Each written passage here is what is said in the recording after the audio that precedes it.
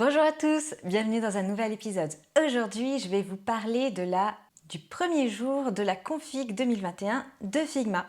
Plein de bonnes choses à venir. On va regarder ça. Alors déjà, on peut se retrouver sur la page qui parle des dernières nouveautés par rapport à la config 2021. Je vous mets le lien en description. Donc tout d'abord, FigJam.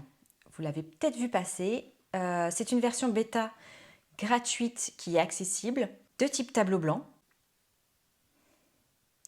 Donc là, du coup, je pense qu'ils viennent vraiment concurrencer Miro et Mural. Ou en tout cas, c'est en bonne voie. Pour mes ateliers UX, j'avais créé mon propre template sous Figma. Et là, ils viennent de créer ça. Donc là, ça va changer la donne. Donc c'est plutôt top. On a accès du coup à un chat, on a accès à des icônes, des stickers aussi. On peut aussi créer du coup des connexions, créer des schémas, créer des diagrammes, des user flow, etc. Donc au niveau de la partie UX, on va avoir quelque chose de sympa. Deuxième point, c'est le mode multiplayer, la limite qui a évolué. Donc là, on passe à 500 personnes qui peuvent être actives sur les fichiers Figma, dont 100 personnes qui peuvent être en édition.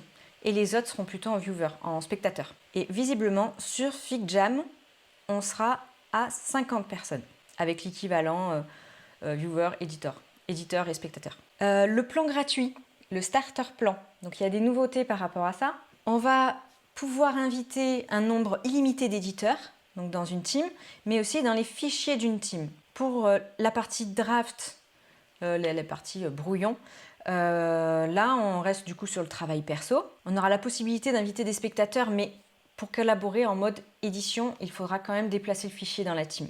On peut bénéficier jusqu'à 3 fichiers qui peuvent contenir chacun 3 pages. Et enfin, avoir un projet. Troisième point, le fait qu'ils aient rajouté un principe de branche. Là, c'est pour la partie payante, donc Figma Organization Plan.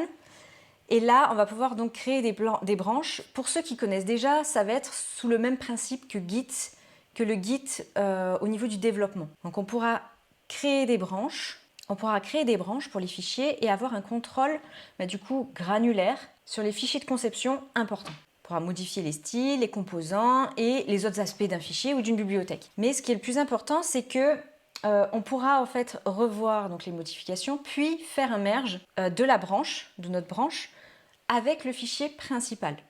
Et si par exemple on a été plusieurs à travailler dessus et qu'il y a du coup des différences au moment où on fait notre merge, il y aura alors le même principe que le Git, la résolution des conflits qui nous permettra du coup de vérifier nos modifications avant que ce soit poussé sur le fichier principal. Cinquième point, c'est le Figma Mobile App.